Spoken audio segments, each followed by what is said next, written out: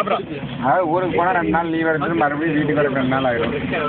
அப்புறம் இந்த டிப்ளமோ படிக்கும்போது டிவி பார்க்குறக்காரெல்லாம் லீவ் எடுப்போம். நம்ம போய் படம் பார்ப்போம், ஒரு டிவி பார்ப்பாரு. அப்புறம் இன்ஜினியரிங் காலேஜில் வந்து கிரிக்கெட் விளையாட போகிறேன்னா தேட்டருக்கு போகிறேன்னா சரி. அப்புறம் அவ்வளோதான். ஆஃபீஸ்க்கா அப்படின்னா ஒரு எனக்கு மனசு தெரியல, நான் leave எடுக்கிறேங்க. I'm not feeling well. Okay, I'm damn tired today, so I'm not coming. I'm going to attend some personal. I need to attend some personal task like that. Vijay, எனக்கு மனசு தெரியல விஜய், நீங்க வரலைங்க.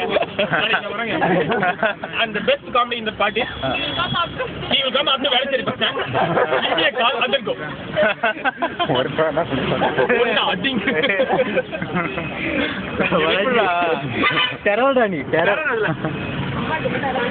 சரி, மனசு தெரியல கேட்டா ஒரு நாள் 3 or 4 times he had to play that.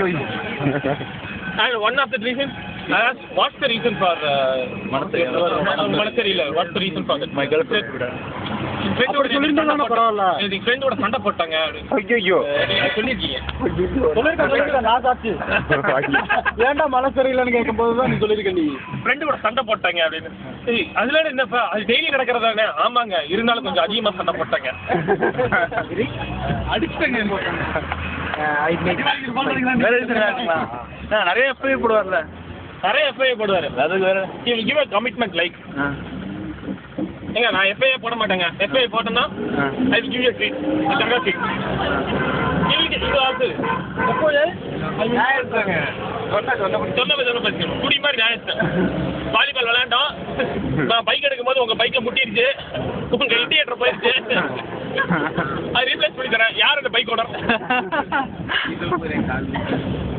ரொம்ப நியாயம் தேவை. அதில் வந்து ஒரு தடவை என்ன பண்ணிட்டாரு, ஆனால் ஒரே எக்ஸப்ஷனுங்க. நான் ஃபர்ஸ்ட் வீக் எப்பயுமே ஊருக்கு போவாங்க. ஊருக்கு போகும்போது எப்பயே போட்டேன்னா அதுக்கு இது பண்ணோம் சொன்னால் அடுத்த நாள் எப்பயே போனார். சாயந்தரம் 5 மணிக்கு leaving early leaving early as A1 percent ஆச்சு. எங்கே போகிறீங்கன்னா டி நகர். அதுக்கப்புறம் சரி ஓகே டி நகர் 5 மணிக்கு போனாராம். அதுக்கப்புறம் ஒரு வாரம் கழிச்சு இதே மாதிரி I'm leaving early as A1 percent 7:30 மணிக்கு கிளம்புனாரு. மெசேஜ் தான் லேப்டாப் வச்சுட்டு போனார். இவர் லேப்டாப் பிளேஸ் வச்சு போனா ரொம்ப முக்கியம். எங்க போறீங்க? லேப்டாப் இல்லைங்க, நான் டி நகர் போறேன். 8 மணிக்கு அப்புறம் டி நகர் போறேன். 9 மணிக்கு அப்புறம் டி நகர் போறேங்க. யாரு எதுக்கு டி நகர் 9 மணிக்கு போற? இல்லைங்க, அங்க கடைக்கு போனீங்க, வருவாங்க. அப்படிதான் சொன்னா அன்னைக்கு. யார் அது? இனிமேல் நான் உண்மை பேச மாட்டேன். உண்மையை பேசிட்டு இருந்தேன். யாருன்னு தெரியல. யார் அது? அது நைட்டு 9 மணிக்கு வாங்கி கொடுத்து அப்படியே மாட்டேங்குவோம். Whenever he leaves the laptop in his place, can be 2 reasons. One, he is going to his so-called sister's place. I don't know where it is. Okay? Thiruvanmiyur. டேய், நான் திருவான்மியூர் இருக்கேன்.